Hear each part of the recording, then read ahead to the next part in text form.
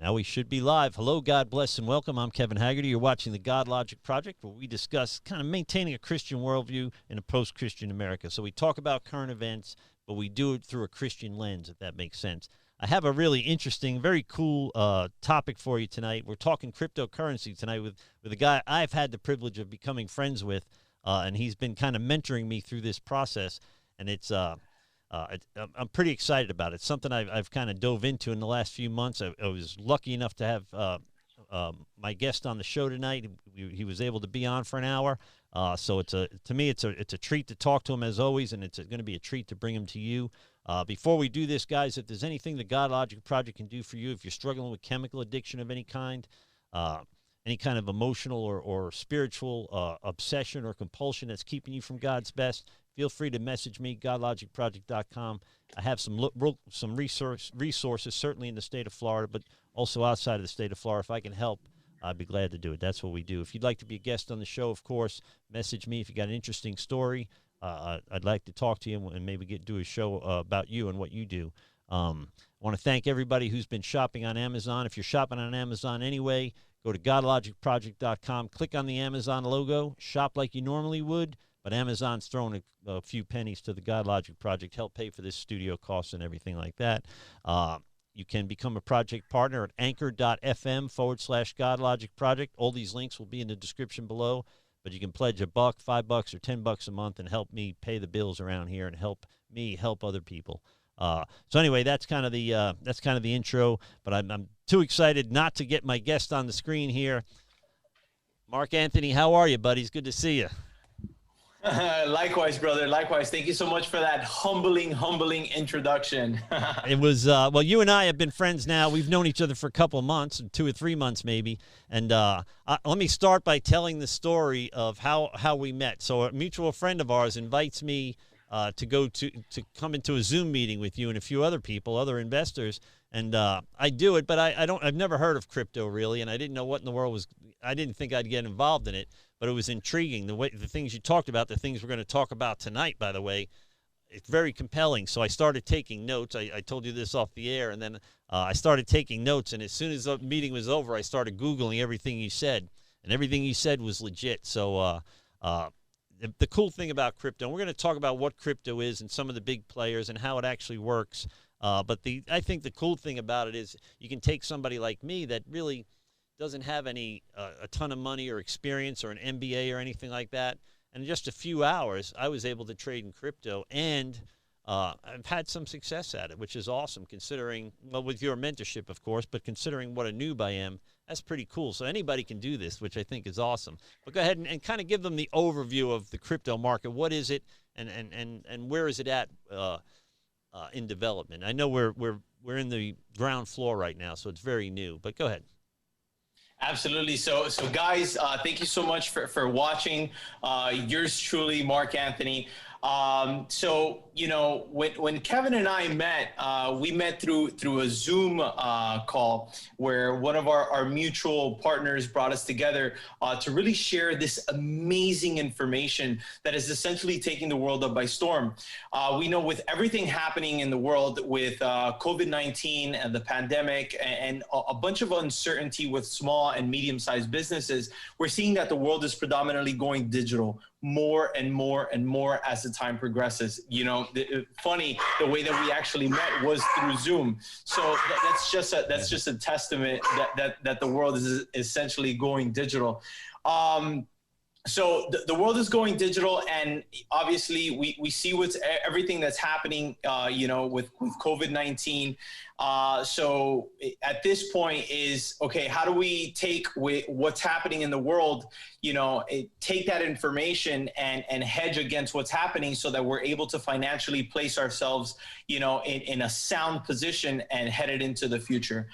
So by no means, I am not a financial advisor. This is not investment advice.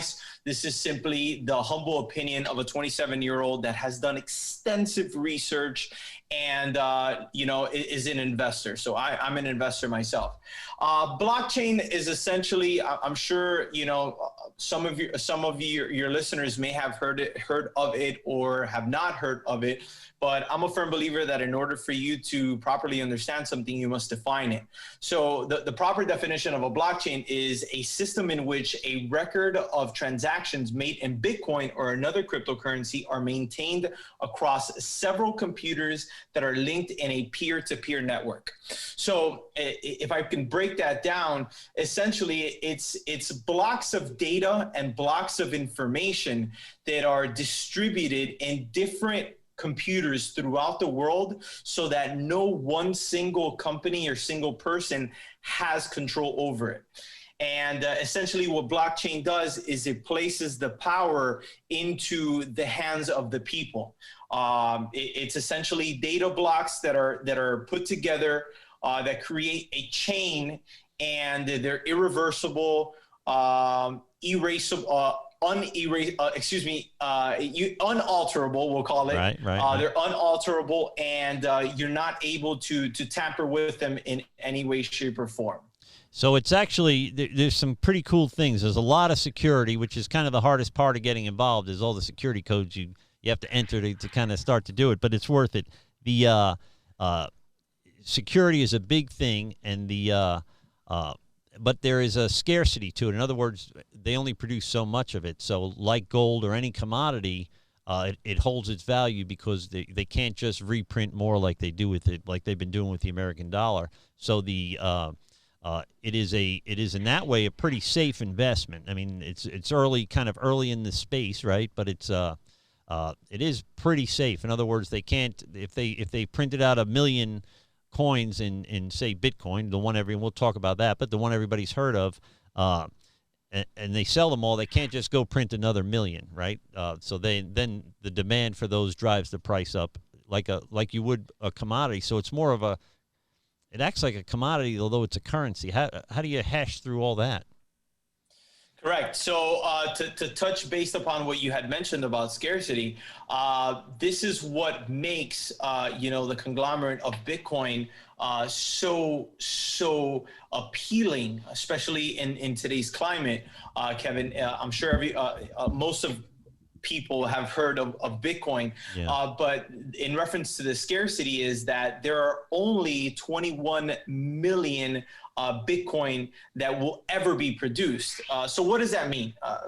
In basic economics, we have supply and demand. If you have something that can continuously be printed with absolutely no cap, right?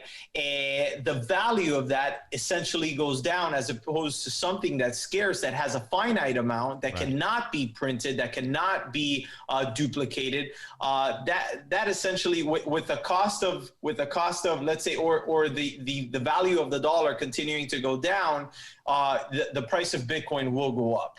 So that's basically the gist of it. Now, when it comes to what's happening with the Federal Reserve, and the quantitative easing and all of the strategies where they're just continuing to print dollars, it's kind of scary. It's kind of scary, to watch a video of Jerome Powell saying, "Hey, listen, we're going to let inflation ride, for higher than 2%, because, it's been under 2% all of these years."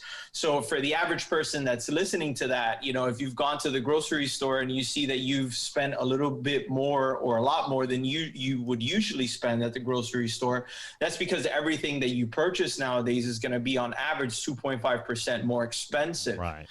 That leads to inflation and ultimately hyperinflation. God forbid it gets to that point.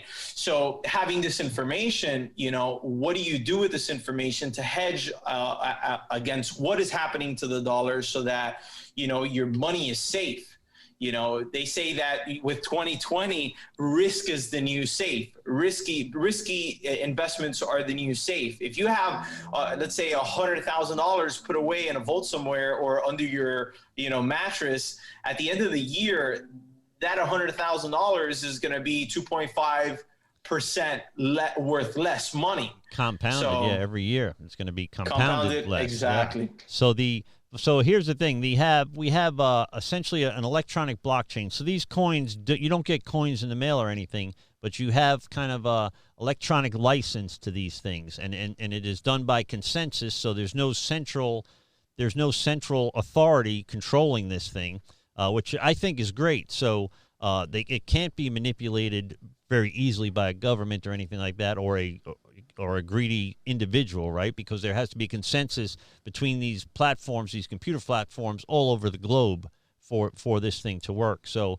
the very first one that came out, we'll do a little bit of the history, is Bitcoin, and it's kind of by an anonymous guy or group of people that wrote this giant computer program, and this I guess they're economists and computer nerds at the same time. And so Bitcoin is the one everybody's heard of. Now, I deal in XRP, which is one of the, I think it's like the third or fourth largest trading currency in the crypto space. But Bitcoin is the big dog, right? They drive the market. So, and folks have heard of Bitcoin. My problem with Bitcoin, besides the fact that it's $12,000 a coin, is that it's more of an investment. It's not scalable. It's not really applicable to anything. It's more like a stock. It's more like an investment because there's not a lot you can do with it. Am I right by saying that? So the problem with Bitcoin is that it's essentially a store of value. Yeah. It's not scalable. You can't have as many transactions per second as you could with a coin like you mentioned, XRP. But apart from that, Bitcoin, because it uses a proof of work concept, it is extremely, very costly when it comes to electricity. There was a stat that came out that stated that Bitcoin uses 1% of global electricity. So it's not an environmentally friendly coin. Yeah. Like anything in the world that's the first, it's never typically the best. If you look at something as simple as streaming music, Napster was the absolute first, but who uses Napster now? Yeah, MySpace and Facebook. It's not to say that it's not a great coin. Yeah, I personally do hold a little bit of Bitcoin.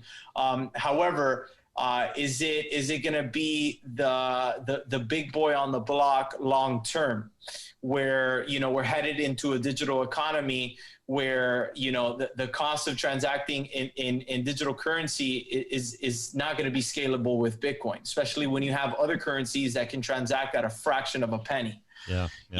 But that's just the thing. Another thing that I want to mention about Bitcoin is essentially Bitcoin is mined by computers that solve mathematical problems at a very high level.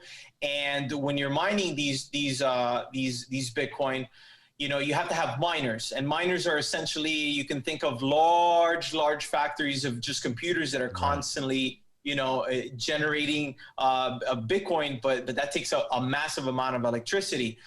The problem with miners, apart from them not being environmentally friendly, is that 81% of all miners are centralized in China. Yeah, for Bitcoin. So, correct, for Bitcoin. Yeah. For Bitcoin. So that's a huge thing. So and you, by the way, you can purchase like a hundred millionth of a Bitcoin, so you don't have to spend 12 grand. You can buy it with pennies, like you can any of them, which is cool. But you won't get very much, right? So I've been dealing with XRP around the 25-cent mark. So when I spend my $100, I get a fair amount of coins for it, which kind of feels good. And we talked about it a little bit already, but there's very little downside being in the very beginning of this, really, even though it came out in 2013 or whenever it came out. But there's an awful lot of upside, and maybe not to every single coin. And there's hundreds of coins out there. But I imagine as this market develops, as we start to see institutional money, and we're starting to see that come into this market, there'll be consolidation. Some of the weaker coins will drop off, and then there will be the guys that are the best now will be the best 5 years from now. So when I think of the top, and I'm guessing these are the top 3 coins, or top 3 of the top 4 is Bitcoin, Ethereum, and XRP, and they all have kind of a different application. Where it seems to me Bitcoin is an investment tool, to the point it's not scalable to the point where they had to make other kinds of Bitcoin for that could actually be applied to real life. You know, Bitcoin Cash and Bitcoin this and Bitcoin that. And Ethereum is another interesting one. It's trading at about $400, I think. But it is. Explain Ethereum. Ethereum is really interesting, even though it's super complex. Introduce the folks a little bit to the idea of the Ethereum system. Absolutely. So regarding the top 3 coins that you mentioned, you have Bitcoin, you have Ethereum, and you have Ripple's XRP. Yeah. Now, before I go ahead and jump into Ethereum, I wanted to mention, something that has been brought up to you, brought up to me. I recently watched a video of the CEO of Ripple, Brad Garlinghouse, and right now there's a total of like 7,000 different cryptocurrencies. Really? And yeah, it's gotten to this astronomical number. Everybody's doing it. Yeah, where it's like, oh my God, the world is going digital. This is our opportunity. Kind of like, the .com bubble when it burst. Yeah. Everybody wants in on it. But he mentioned, it's very, very important when you're looking to invest into these digital assets and cryptocurrencies that you take the proper time to research, what it is that you're putting your money into, because with regulatory clarity, 99% of cryptocurrencies will go away. Yeah. Something that's very important when looking to invest some money is, what real life utility is the coin that I am putting my money into going to have? What real life use case does this coin have? What real life problems is this coin solving? Yeah. If you can't answer those 3 questions, then you're possibly and probably putting your money into, number 1, something that you're not educated about, and number 2, something that has the potential of being, go to zero, and that's not fun. You don't want to invest in something that you're not absolutely sure about. Which brings me to my next point with XRP and Ripple. They are solving a $1 trillion problem, and that's the friction that's in the payments system across the globe. So, we'll dive a little bit deeper into that later into this conversation, but to touch back on what you had mentioned about Ethereum is the number 2 cryptocurrency per market cap trading today. And I'll pull it up here. It's trading at about $400.52. Now with Ethereum, the interesting part about Ethereum is that you'll speak to 100 people and no 2 people will give you the same exact definition for Ethereum. Yeah. Ethereum is a very large platform that essentially allows for other cryptocurrencies to build their cryptocurrencies on the Ethereum platform. So it's considered like the mother of the cryptocurrency world, where they essentially created a platform where other cryptocurrencies can come and build their platforms on top of the Ethereum blockchain. Yeah, and I see when I think about Ethereum, I see a company that didn't just create a enclosed cryptocurrency, but they've created a service for the cryptocurrency industry, which I think then would make it a good investment, right? I know there's talk about Ethereum 2.0 coming out and the new and improved Ethereum and all that, which is pretty exciting. But again, my problem with and I don't know, I'm a noob, I'm very new at this, but my problem with Bitcoin is that it was the first and it's amazing, but the upside potential doesn't seem to be there once people start applying these things. And we talked a little bit off the air, but countries all over the world are applying cryptocurrency to their regular economies. And even the United States is beginning to regulate it. I know they tax it because I had to put my Social Security number in. And but you've essentially, because I download my cryptocurrency onto a key, so I don't need a bank anymore. That's crazy. I could send you money and you could send me money, and we don't have to pay anybody to do it. And it happens, in the case of XRP, it happens in seconds, as opposed to maybe minutes with Bitcoin. But it could take 2 days with sending it any other way, especially if you're crossing from one country to another, right? When you're crossing currencies. Absolutely, absolutely. So that is essentially the massive $1 trillion problem that XRP is solving. XRP is considered to be essentially a global reserve currency, and what they are essentially bringing to the marketplace is the ability to settle payments instantaneously, the ability to settle payments in 3.5 seconds, regardless if you're in Germany, Taiwan, Singapore, or Japan.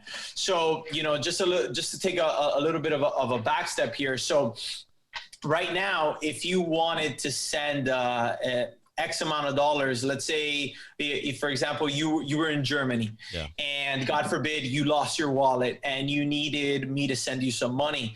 If I needed to send you a wire, it would have to clear from my bank account to my banking provider, from my banking provider to the central bank of Germany, and then from the central bank of Germany to a remittance company that will essentially release the funds to you. What happens with that is that you have a bunch of middlemen that are involved, and these middlemen want a piece of the pie. Because they want a piece of the pie, it would essentially take longer than it normally would have to, and it's also not as cost effective as peer-to-peer. So you had mentioned if you wanted to send me money, you can settle transaction instantaneously within a couple seconds with XRP, and that's what they're providing. So let's say, same example, you were in Germany, and I sent you the wire, it would take a couple days for you to receive it. Same example, if you were in Germany and I went along and I sent you some XRP, that payment would settle in 3.5 seconds with no middleman involved. Then I can convert it instantly to the euro and then go spend it, for bail money or whatever I might need in Germany. So this is exciting stuff. Now, as a pastor, this is also kind of end time stuff, right? So the one world order and the new world order and the one world government and all that. When I first heard of this, while I was listening to that first day, I'm thinking to myself, this sounds like the end of the world to me. This sounds like biblical. But I'll be honest with you, I also thought to myself, so what? I can't stop it. I might as well benefit from it, right? So I began to, I just put $50 here, $100 there, $200 there. Whenever I can, I have a separate bank account set up, and I put money in that account, so I can send it. I can leave it there, or I can send it over whenever I want. So it is. To me, it's like a no-brainer not to get involved in it. When I talk to people about it, and I tell them what I'm doing, it's not hard to pique people's interest in it, right? Not that they're, they like me feel like, well, I'm not smart enough. I'm not a computer guy or whatever. I do not have a lot of confidence in the U.S. dollar, and I think it would be wise for everybody to have a little bit put aside. That is then tradable. Eventually, you'll be able to spend cryptocurrency pretty much anywhere, right? Amazon will start taking it. I know some businesses already accept it. What would you say is the most scalable of the big? Not all of these 7,000 coins, but say the top 5. Out of the top 5, what do you think is the most scalable of the coins? Well, most usable. To touch on what you had mentioned, it's definitely. I mean, not to get too conspiratorial here, but it's definitely something that's worth considering. It's something that we have to keep in mind constantly, and understand, that the world is definitely shifting. So in the world shifting, how can you position yourselves and the people that you love on the right side of history, so that you're able to benefit and essentially using the profits and the money that comes in as a tool, and that tool is to expand the kingdom of God. Personally, I'm a firm believer of God, and for me, money is simply a tool, and that tool is used to increase the quality of lives of other people, including myself and my family. So in reference to the scalability of it, I mean, with that, beyond the shadow of a doubt, I mean, I'll give you an example. In 2018, when it was the peak of the bull market, that people were holding Bitcoin, holding XRP, holding Ethereum, holding all the other coins, people were starting to realize, hey, if I want my money fast and I want to pay the least amount of fees, I better switch over to XRP and then cash my money out through XRP. Yeah. So something like Bitcoin was charging you a $50 transaction fee and was taking hours. Can you imagine? Can you imagine for someone that's never done this before? You have this magic internet money, that's untangible, that you can't see, you can't touch, you can't grasp, and it's on the cloud for hours, and you're like, oh my God, is it gone? Is it gone? Is it coming? Like what's the status? So for me, we're living in an instant gratifying world. With my money, I want to be able to control it. I want to be able to see how I transact with it. I want something that's gonna offer me the least amount of money per transaction fees, and something that settles instantly. Yeah. So in reference to scalability, beyond a shadow of a doubt, I personally believe, and my humble opinion is that it's XRP. Yeah. XRP transacts in 3.5 seconds, and you pay less than a fraction of a cent per transaction. And it's green. It's energy efficient too. The way they're set up is much more energy efficient than the way the big dogs are set up, it seems. Absolutely. So they're definitely more on the greener side. So they're not using 1% of the world's electricity. Yeah. Which is going to be a big thing on when it comes to scalability. Another thing is transactions per second. When it comes to Bitcoin can transact at a very, very low pace per second. XRP, on the other hand, can transact at about 1,500 transactions per second. Wow. So there's no stalling it. There's no stalling it. And so we've kind of, for now anyway, we've taken the banks out of it. But the other cool thing about this, which I love taking the banks out of it, but the other cool thing about this is it opens up finance to parts of the world, third world countries, where most people don't even have bank accounts, right? But now they don't need all that, and they can create a little business and even literally do international commerce from the Sudan, right? From Kenya. Yeah. I mean, it'll open up financial prosperity to parts of the world that have just been forgotten for centuries, and that also is amazing. So the idea that you no longer have to have an MBA to deal in finance is pretty exciting. And I'm kind of a nerd, and I'm into this stuff once I get into it, but you don't have to be, right? Especially if you've got a mentor like you and like I have, then I just have to call and say, what is this? What does this mean? And I get a text message back 2 seconds later. This is what it means. So it makes my life much easier. But literally, you can exist anywhere in the world with internet and participate in this. That's amazing to me. It's going to open up markets to sell things in parts of the world where no one's hardly ever sold anything before. It's definitely very interesting. I like to think that it's going to make the world smaller. And if we take into perspective, okay, Marc Anthony, what do you mean it's going to make the world smaller? It's going to make the world smaller in the aspect that you're going to be able to transact with people at a much faster pace and on a global scale. Yeah. This is no longer, only transacting with the people in your circle of influence or the people around you. You're going to be able to transact with the entire world on a grander scale, and to be honest, Kevin, you're definitely on it. You have all the information, and I love the enthusiasm that you share and the fact that you go above and beyond to do the research. And it's awesome because it'll be like a Saturday at 3 p.m. and we have a group chat, and you'll send a link to a crazy article that came out, and then we'll share our thoughts and we'll say, hey, look, this is where I believe this is going, or this is what I believe this is going, or whenever a situation arises where we may have some technical difficulties, I try my absolute best to provide the very best answers. But if I don't have the answers, I'm one Google search away, from finding out what it is that that we need an answer to. So I'd love to be of service to you and to the guys on the group, because, you know, this is apart from being an amazing technology. I mean, let's be straight here. Anyone that gets into this, you know, is profit driven. Yeah, right. Yeah. So it's very important that we stay crystal clear on that, because this is an investment. Now, as I mentioned, I'm not a financial advisor. This is not financial advice or investment advice.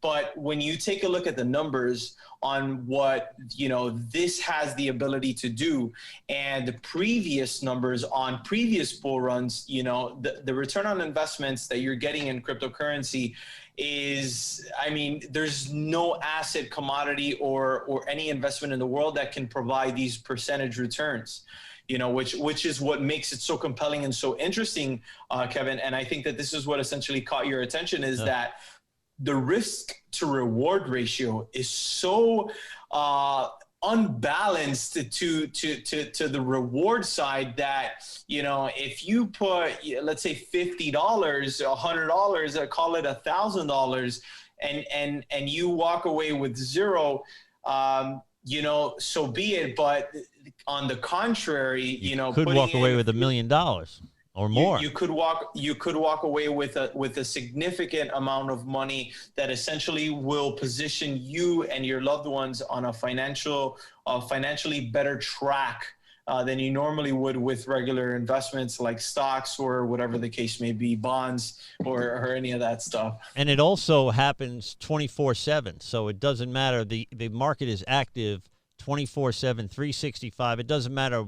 You can just roll out of bed, turn on your phone, and check on your investments or see if there's something interesting that you would like to. I mean, it just doesn't stop. So it isn't like the bell rings at 4 o'clock on Wall Street and then you got to wait another 24 hours or look at the futures market or another 16 hours. But this is nonstop. It just never stops happening. And the cool thing is less than 1% of the population is involved in this, I heard today, which means, I mean, it is literally like being part of Microsoft in the garage or Facebook in the garage, in Zuckerberg's garage. I mean, we are at the very, very beginning of this just world-changing opportunity. It's just so cool. I told you a month ago I want to have you on the show, and I'm glad we were able to work it out. Now, there's plenty of software out there that tracks these things. There's a lot of websites they can go to kind of just live market watch. I use Live Coin Watch. I just have it open on a computer and check it out once in a while and do some research on there. But show them some of if you could, share your screen and show them some of the charts that you use. And what we were talking about off the air about the Fibonacci sequence was very cool. Let's do it. Yeah. Let's do it. So you know, just to touch up on that really quickly, you know, when it comes to blockchain technology and cryptocurrency, I mean, it's the same way that Blockbuster said that Netflix would fail. It's the same way that the U.S. Post Office said that email would never work. It's the same way that Walmart said that Amazon would go out of business. Yeah, exactly right. You know, it's very important that we understand. I'm an investor, and for me, for you to be a great investor, you have to have foresight, which is the ability, my definition, to look into the future and see where the world is going, as well as insight. And insight I define as the quality of your information. Yeah. So this is like getting in on Netflix when Blockbuster is saying, yo, it's not happening. Never gonna work. Exactly. So I'm going to go ahead and share my screen here so that we can go ahead and discuss a couple things, like some of the tools that I use to see where the market is and that sort of stuff. So just go ahead and give me a thumbs up once you can see my screen. We're good? You're good. Awesome. So this right here is CoinMarketCap. CoinMarketCap is essentially a website that gives you a lot of the numerical values of all of the cryptocurrencies. So we have a total of about 7,592 cryptocurrencies. So obviously you have to, you know, make sure that you're invested in the right ones. But here we see, you know, the top 5 or 6 or 7, we see Bitcoin is currently trading at $14,092.38. In the last 7 days, it's up 6.26%, which is nice. It's definitely on a small little rally up. Then we have Ethereum, which is what we had discussed. Ethereum is also a platform that is used for smart contracts, which is also very interesting. Smart contracts are essentially programs that run on the blockchain, or the simplified definition that I like to give the individuals that I speak to is it's a contract that's enforceable by technology. Yeah. So definitely something to look into. Ethereum is currently trading at $400.52. They are up 3.29% for the week. Then you have Tether, which we had spoke about briefly. Then we have XRP, which is currently trading at 23 cents. It's down 3.63% for the week. Bitcoin Cash, which was a fork of Bitcoin, trading at $240.25. Then you have Chainlink, trading at $10.45, and then the list goes on and on and on. And those are listed by market cap, right? So the biggest guys at the top. All right. Correct. So the biggest market cap is currently Bitcoin at $261 billion. So this is a relatively new market. The inception of Bitcoin actually was October 31st. So we just celebrated the 12th anniversary. It was in 2008. Oh, was it? But this is a relatively new market. I believe the market cap as a total right now is $405 billion. So it's only up from here. I can't believe, by the way, that not even Bitcoin has $1 trillion in market cap. This is so new and so ground floor that they're not even at $1 trillion in market cap. I see the top 10 of these being $1 trillion or more in market cap, if they survive the process. That's amazing. Yeah. I mean, Kevin, with everything happening in the world and it going digital, it's only a matter of when. Yeah. And not if. It's only a matter of when and not if. So something that I wanted to bring up to the viewers and just to throw this in there, we obviously feel the tensions with everything that's happening in China, and here we have an article stating China drafts law to legalize digital yuan, outlawing competitors. So there's a lot of talk in the world about CBDCs. CBDCs are central bank digital currencies, and central bank digital currencies are currencies that want to be created by the central bank so that they're able to control these digital assets.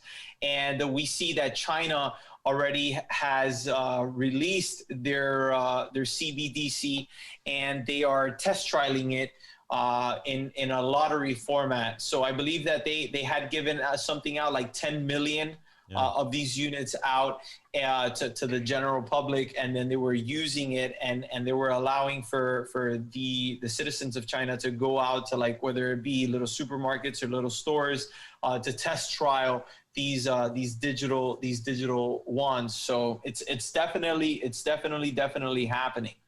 Now, something else that's very, very interesting, and I know that you're definitely all over this because this was one of the articles that I had sent you guys what had happened, is that PayPal is now allowing the purchase, the buying, selling, and holding of crypto and digital assets. Now, this is major. This is major because I believe that they have something like 364 million users. Imagine 364 million users all being exposed to crypto all at once. Yeah. And it's gotten to the point where now PayPal raises crypto buying limit to 15K a week for eager customers. So it's definitely happening where it's only catching more steam. You know, it's like you mentioned, it's very ground floor. It's very ground floor. And I think that everything that happened in the world with this health crisis only accelerated the digitization of everything around the world. But this is definitely something that's a step in the right direction. You know, you have a very reputable company like PayPal that's now going to be offering the ability to purchase, to sell, and to hold the digital assets. So it's what do you think about this? This is crazy, isn't it? Yeah. Could you imagine? You know, with I think once we begin to see institutional money poured into this space, or I mean, like Wall Street, or we see companies like PayPal. Amazon's talking about accepting cryptocurrency as a payment form, which again, everybody gets paid instantly, which is awesome, without having to pay a bank to to process that payment.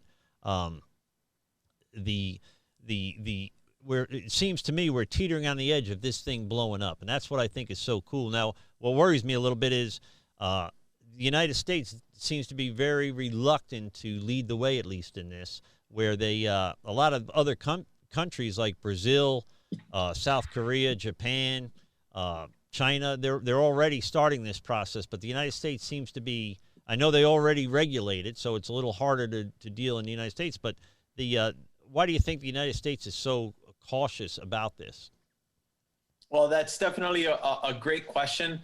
I was listening to a statistic that had mentioned that the United States accounts for about 25% of global GDP, yet something above 70% of the world transacts in dollars. Yeah. I was actually listening to the IMF panel back in October, where they had Jerome Powell explaining, what was the country's stance on this, on remittances and cross-border payments. And Jerome Powell, which is the chair for the Federal Reserve, essentially came out and said, for us, it's not about being first, it's about getting it right.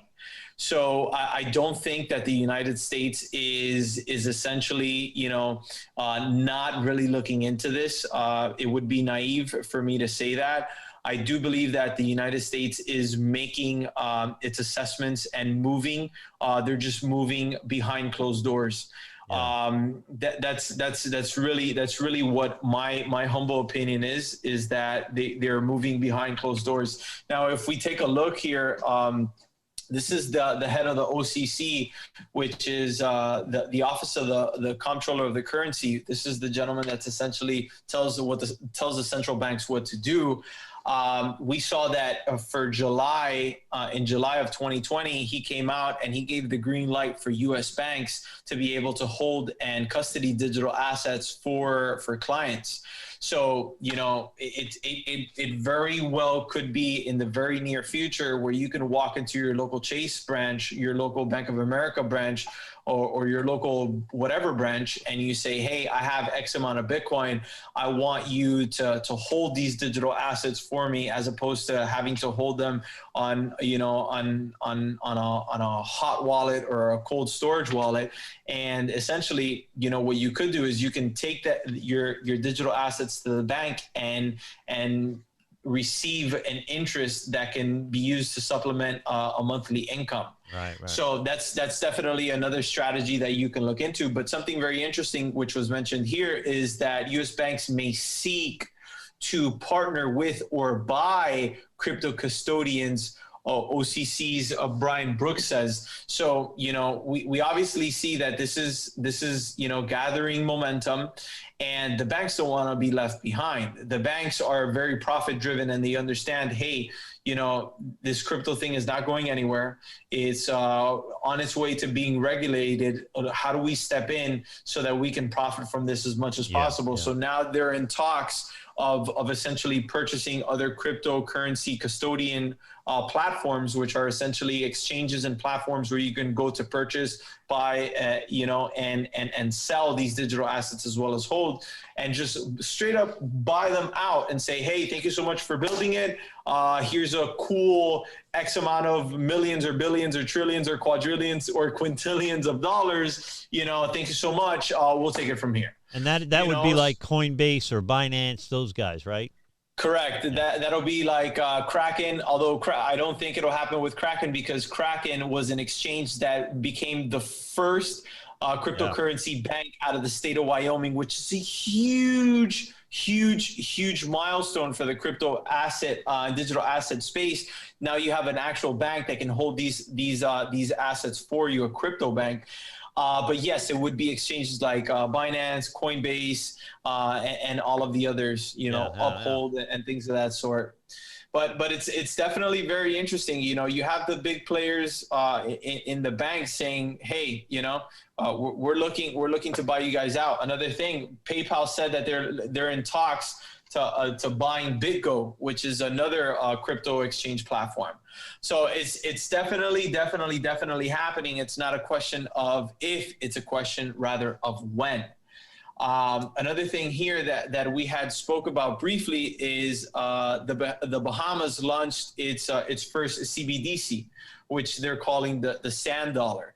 This happened in October 20th or the 21st, if I'm not mistaken, where they introduced, the 20th, they introduced their central bank digital currency for Bahamian citizens to go ahead and transact with that. So, I mean, what do you make of this? That is, to me, that's crazy. So that essentially is the government of in this case, the Bahamas, creating their own or purchasing and operating their own crypto, right? So they are now, it then becomes the cryptocurrency of the Republic of the Bahamas or whoever governs them. So, and that we see in China too, right? China just gave out $10 million worth in a lottery for people to go ahead and try to use the digital currency in their everyday life. So not only are we on the ground floor right now, but it sounds like the elevator just rang and it's time to go. And so the timing couldn't be better. Now, if as we speak, we have an election yesterday that is still hung up tonight. Almost a tie of an election, which is never happened in my life. If the stock market tanks, do you think institutional money will move into this space, or does it work the other way around?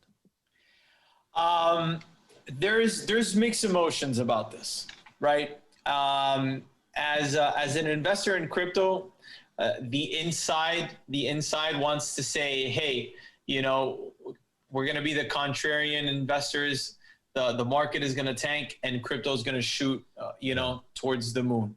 But over the course of history, we've seen, especially with what happened with COVID-19 in March, we saw that when the stock market tanked, so did crypto. Yeah.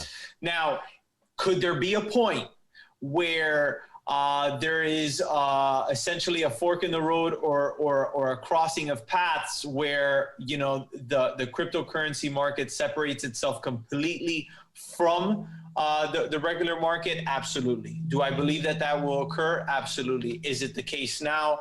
Not as of right now, but I do believe that in the future there will be two separate markets, and the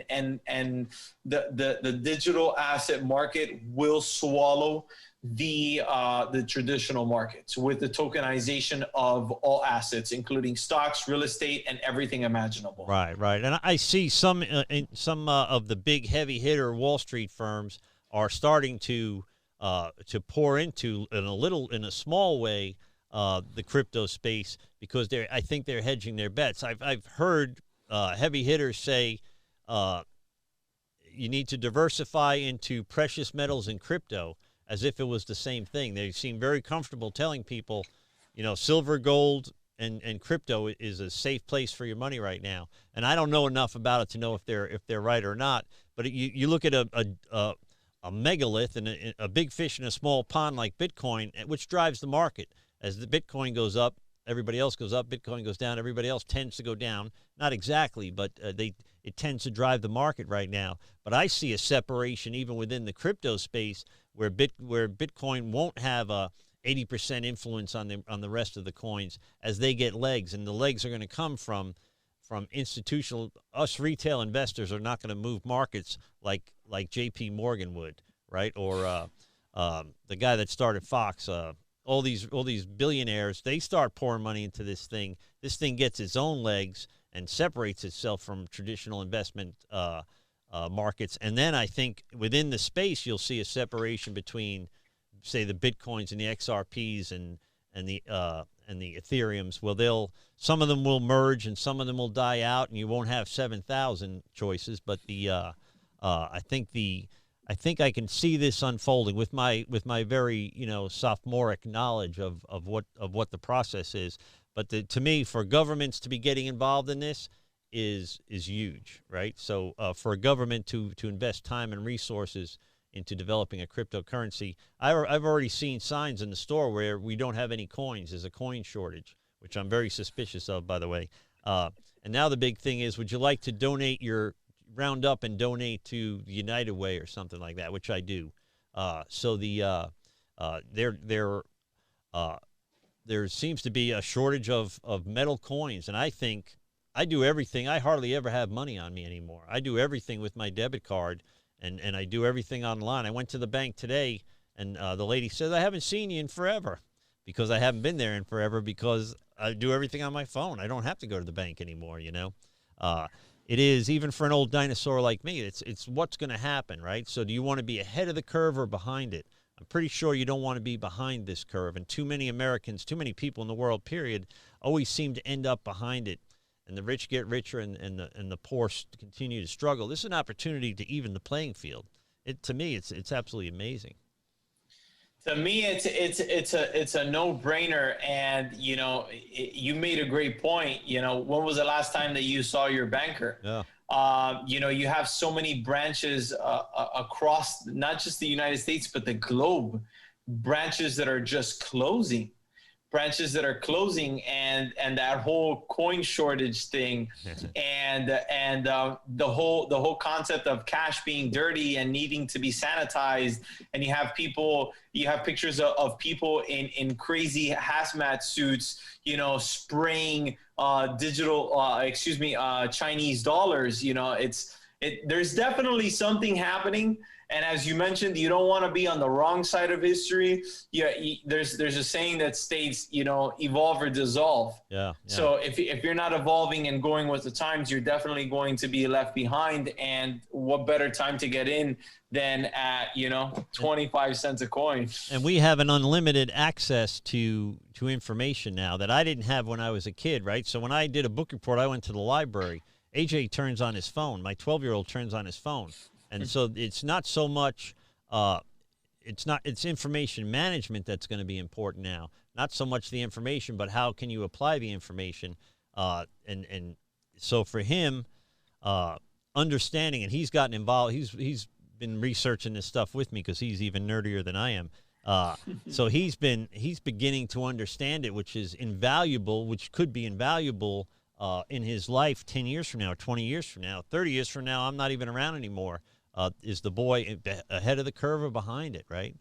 So for me, it's amazing. Sharing that time with him and sharing this journey with him has been awesome. And he's a smart little dude to begin with, but this is a kid that hopefully will be well equipped when all these things happen. We'll be ahead of the curve and not behind it. And I wish that, and I pray that for everybody, And most people won't listen to us tonight, but hopefully we pique enough of their interest that they start doing some of the research themselves. And they could always contact me, and I've probably talked to 10, 15 people about this in the last couple of months at length, for what little knowledge or information I've acquired. So it is, to me, the idea of getting involved, we'll show the charts from XRP in a second, but the idea of getting involved with an idea, like you're almost investing in this business like the founders of the business. And they do all the work, right? You just put up some chump change, but you will share in the profits if this thing explodes, like all indications are it will. So it's I'm excited, particularly about XRP, but I have other cryptocurrencies that I invest a little bit in or follow, but I almost always convert it back to XRP. You can trade within currencies too, which is very cool. So I'll answer a few questions and get some free Ethereum, and then I'll just convert it into. I'll watch it for a week or two, then I'll just convert it into XRP. So it's a lot of fun. Kevin, I love that you mentioned that about your son. You said he's 12 years old. Yeah. Oh my God, what a huge blessing to be 12 years old and kind of like, you know, around all of this.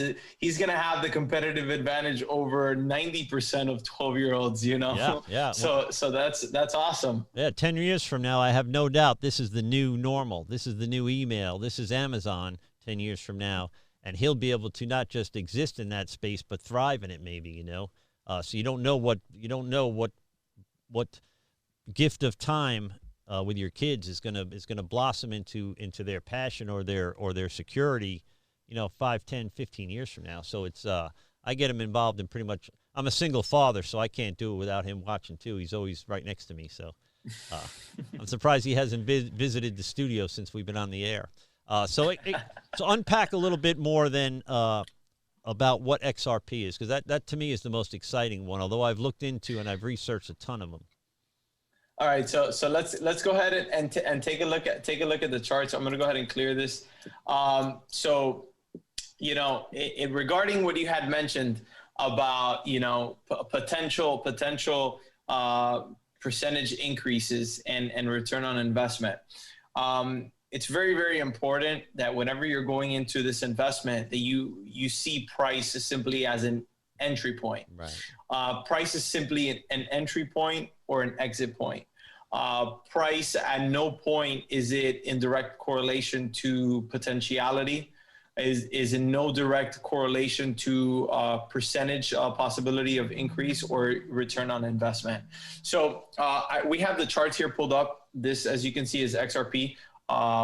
Compared to the coin market cap, which is the website that we had looked at. Now, if you look at the first cycle, okay, this is the first cycle since its inception in 2013. We see that, you know, when it goes up, it goes parabolic and it's like lines up. So I personally don't do a lot of technical analysis, but the person that does technical analysis that I have learned from, the tool that they predominantly use is Fibonacci retracements. The Fibonacci retracement tool is essentially a tool that gives you an understanding of patterns compared to percentages and retracements. So we're going to go ahead and grab the Fibonacci tool, and we're going to take a look at what XRP has done in the past. We understand that history doesn't always repeat itself, but it often does rhyme. So we're going to go ahead and take a look at its first pump and then its initial first downfall, as well as its retracement. And we're going to go ahead and lay a Fibonacci retracement right here. And we're going to line it up to its bottom. And we're going to go ahead and bring the Fibonacci retracement all the way up. And we're going to see that on its initial pump and retracement back up, we see that based on this Fibonacci retracement, it had a full Fibonacci extension to a 4.236 fib extension. We see that in and of itself, if we take a look at the price increase of this, right, from its very bottom to its very top, we see a 10,816% return on your investment if you had bought the absolute bottom and sold the absolute top. Now, obviously, no one is perfect and no one's going to buy the absolute bottom and no one's going to sell the absolute top. But if you're able to dollar cost average at a range that keeps you anywhere around here, and you're able to use essentially the tools at your disposal to understand where the potential lies and where this has the ability to go, you have the ability to sell somewhere in the area. So there's no other traditional investment. There's no investment that I know of that provides a 10,000% return on investment. But if we take a look, right, we see that this is what it has done in the past. If we take that exact concept and apply it to the future, we can get a very good understanding of its potential moving into the future, especially with its use case and its utility. Apart from it just being a coin, I mean, Ripple, which is the company, and XRP, which is a coin, Ripple as a company is partnered with over 300 institutions, 300 of the most powerful institutions on the planet, some of which include American Express, Bank of America, PNC Bank, Banco Santander, which is another bank. I mean, they're partnered with some of the most powerful banks on the planet. But back to the charts, if we take a look, right, and we see, okay, this has done this exact thing in the past, how can we apply it to the future? We see that after this, consolidation, we see, okay, this is the first initial pump, which can be considered, this pump right here can be considered this pump, right? Mm-hmm. And we see after this initial pump, we have that retracement back. So this would be that retracement back. So we would go ahead and use the Fibonacci extension and lay the Fibonacci retracement right back to how we previously mentioned, okay? And we would bring this up here, and we see, right, that if history rhymes and history repeats itself the way that it did in the past, we can see up to a $10 XRP, anywhere between a $9 to a $10 XRP, which is currently under 24 cents. So that's a huge return per coin. Correct. Calling it at 23.8. Assuming that you're able to take it all the way to the top, you're talking about another 4,333% return on investment. Now, it's not as high as its inception, but here, obviously, there was more risk than there is here. You have a company that's been established for a long time, for as long as the cryptocurrency market allows, and as well as partnerships. But it's definitely very, very interesting. And it started out, by the way, I should point out to the viewers who don't understand, it started out at 0.4 of a cent per coin. So you didn't have to have $100,000 or $10,000 to get in on this in 2013 or 2014. And you could have had I known this information back then, I could have partaken in this, and I suspect we're going to partake in this and more in the future. I mean, it still isn't. It still hasn't. It's only at its inception, even since 2013 XRP, right? Yeah, exactly. And they've worked out a lot of bugs in the meantime. If you look at Bitcoin was also at 30 cents, X amount of years ago. So it's $14,000 now. Yeah, that hurts. Yeah.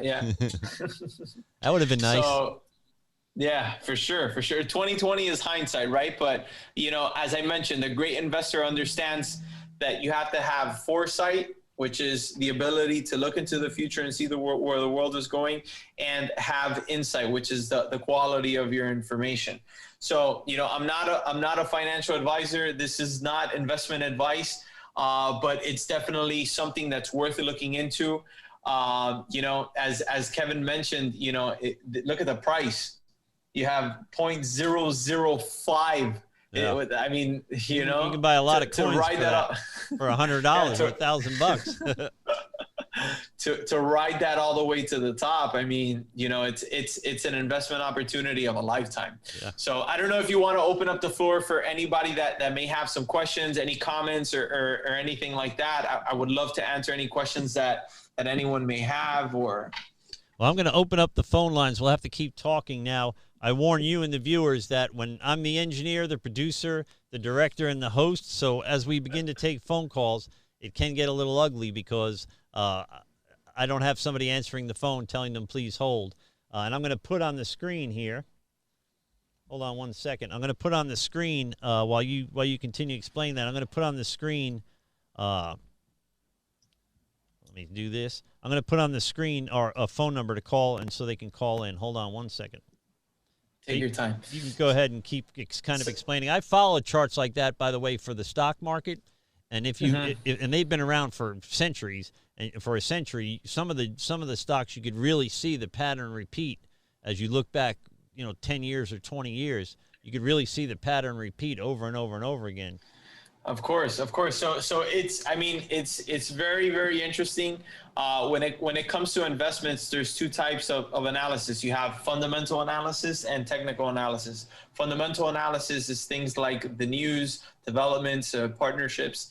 and that sort of stuff. And then technical analysis is charting, as well as mathematical equations and what we're looking at here on the screen. But as I mentioned, history doesn't always repeat itself, but it often does rhyme. And if we can essentially place ourselves on the right side of history, understanding that the world is going digital, and understanding that you have a company that's had a $10 billion valuation that's now solving a $1 trillion issue, that not one single nation has that issue. It's a global issue, and it's the issue of cross-border payments and settlements. I mean, this to me is hands down the winner, and has an amazing potential, far greater than what we can begin to understand. This is a 12-year-old industry. It's the latest and newest asset class that's been introduced to the market in hundreds of years. This is, it's only up from here. It's only up from here. And I'm very excited, to be sharing this with you, to be sharing this with the guys. I'm thrilled. I honestly didn't know that you were sharing this with your 12-year-old son. I mean, you are really setting him up to do amazing things into the future. I mean, let's say that he's absolutely intrigued by this, and he decides to take it upon himself to start programming and create the likes of things like this. I mean, there's really no ceiling, no cap on this. The sky isn't the limit. There is no limit. And he's in the coding club at school. He's in coding club and chess club. Oh my God, are you kidding me? We were a sports family, so you can imagine. I finally have a son, and he wants to do computers and chess. But he loves this stuff. He's had a YouTube channel for years before I even know he had one. When he was little, 5, 6 years old, he started a YouTube channel. Oh my God, that kid is ahead of the curve. That kid is ahead of the curve, man. He's raising me. Yeah. So I put the phone number. The phone number is on the screen. I put it in red so we can see it over the screen you're showing. But it's 727-600-5837. If you call in, you have questions, I will do my best to smoothly answer the question, answer the caller, and then you can ask your question, and of course, Marc Anthony will answer the question. Now you have, and I'll put in the description after this thing is permanently uploaded. You have an Instagram account they can contact you at. Is there any other ways that they can get involved in working with you? Yeah, absolutely. So I'll go ahead and give them my handle. My handle is SolvatDM.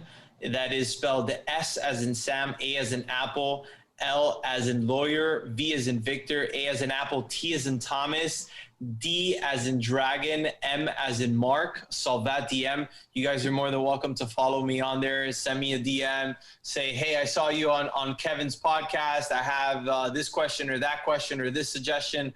I like to interact with people all the time, so you're more than welcome to reach out to me there. Well, and it's none of my business, but you should begin to. We're over an hour, by the way, already. That went fast. You should begin to. Do you do a blog or anything like that on once a month or once a week or?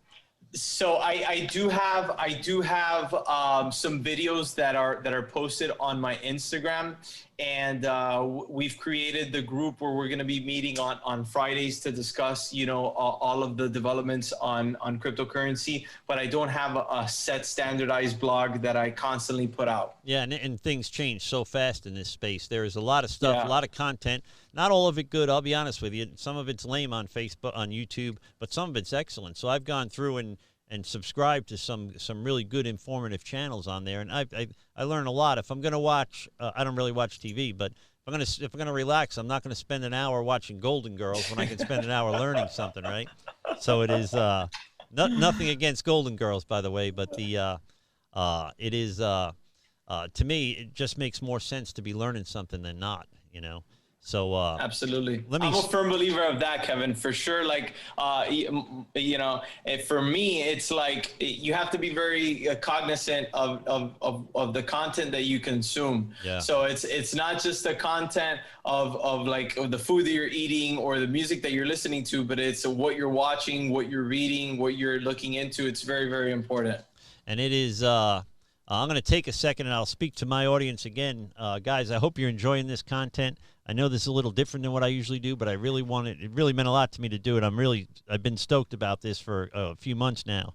My normal content is recovery centered or Christ centered. And if there's any way I can help you in any of those areas, if you just simply need prayer, message me at godlogicproject.com. If you want to support the Godlogic Project and you're shopping on Amazon anyway, go to godlogicproject.com first. Click on the Amazon logo and shop as normal. But they think that I sent you there, so I get like 2 or 4% of your purchase or something like that. And you could also support the Godlogic Project on a monthly basis for $1, $5, or $10 a month at anchor.fm/Godlogic Project. And I want to thank the folks that are doing that because I am on a very fixed income, and it costs a couple bucks every month to run this thing. So I just want to thank you guys for supporting us, and I'm here to support you. If there's anything I can do for you, just let me know. GodlogicProject.com. If you want to be a guest on the show and you got an interesting salvation story or an interesting recovery story, or if you're a crypto genius, just contact me. And if we can, I've got a few guests just from them reaching out to me. So if we can get you on the show and really get the information out to the people that need to hear it, I'm glad to do it. It's why we do this thing.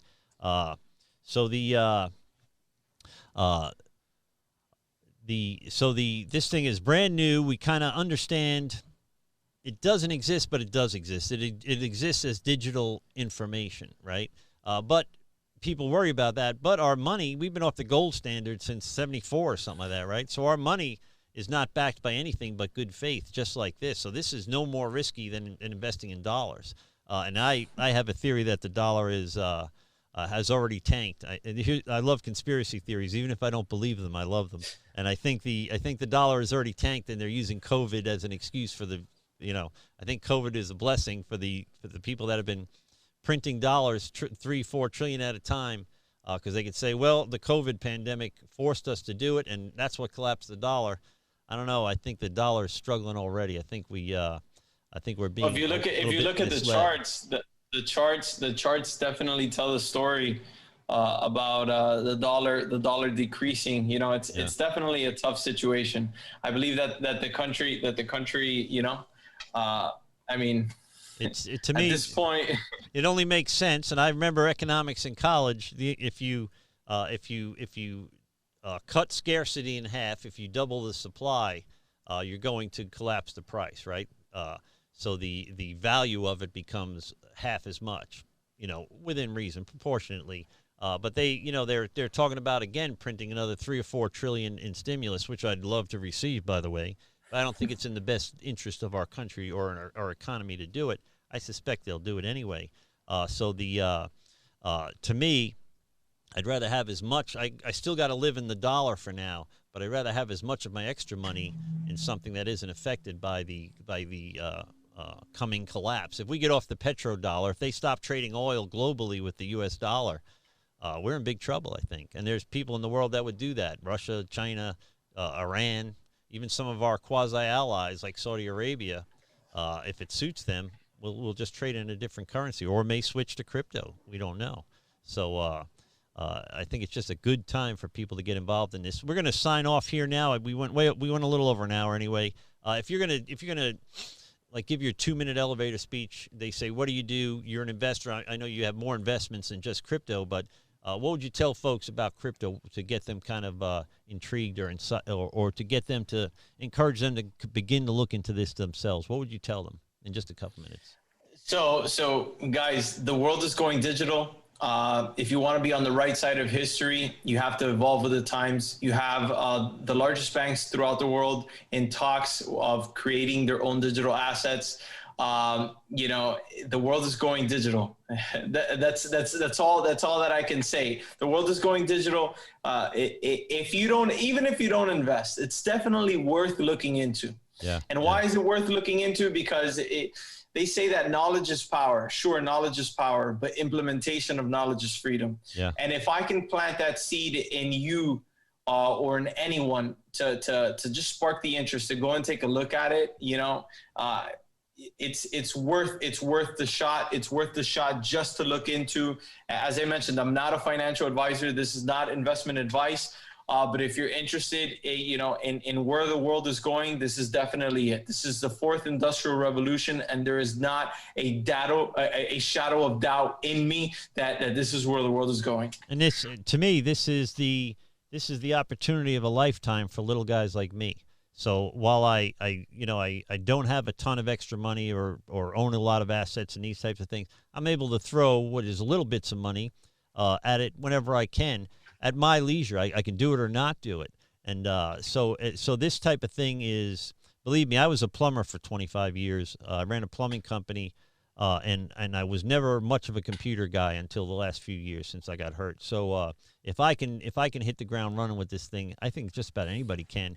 And I'd be glad to help them. For me, it's just so cool, and I know for you too, it's just so cool that at this moment in history, regular old guys like Kevin the plumber can benefit from something like this and really make a future for their kids or their families. Build something beyond what the what is a 401k or just paying a 30-year mortgage off and moving to Florida. I mean, there's an opportunity here that's amazing. So to give normal people the opportunity in America, never mind in third world countries, that only the elites have ever had, to me, that's exciting. That's crazy. That's the finger in the eye. That's a thumb in the eye of the 1%ers, that everybody's so mad at all the time, but do nothing about, It's just so cool. It's an opportunity, that the people that come in contact with are definitely not passing up. Yeah. I don't think I've met someone that this opportunity has been presented to them and they said, "Oh, I'm going to turn it down." It's just it also depends on the person and their risk tolerance. Yeah. This is a very volatile market. This is a market that if you don't take the proper research and the proper pre-qualifications of the digital assets that you're putting your money into, you could very well lose a lot of money. So you need to be calculated. You need to be focused, and you need to really do the research on where you're putting your money. So that's what I would say to your viewers. Do the research. Reach out to Kevin. Kevin is an awesome individual. That likes to pay it forward. If you have any questions, I'm sure that he'll answer them. If he has any questions that he gets any questions that he's unable to answer, he'll Google them or he'll reach out to me, and we'll do our best to come up with a response. But yours truly, real estate investor and entrepreneur, Marc Anthony, here to provide maximum value and help you think and watch you grow. So it's just so cool that a guy in your station in life is willing to just do this show, right? Reach out to guys like me that are brown baggers, right? Blue collar ham and egger guys. That's awesome. That doesn't happen often enough, and I want to thank you for that, brother. You've been an awesome. It's really cool being friends with you, and I love our meetings on Zoom, and I soak up information every time we meet. It's just been awesome. So I thank you for taking the time to do this and for reaching out to just kind of the average American, which I think sometimes gets forgotten when things start to heat up like this, like the crypto market. So I thank you, brother. Thank you very much. That's our show for tonight, guys. Just so cool. If you have any questions, hit me up, godlogicproject.com. I'll put links in the description below. And if no one told you they love you today, God loves you. So do I. Receive that. Be blessed, and we'll speak soon. Thank you.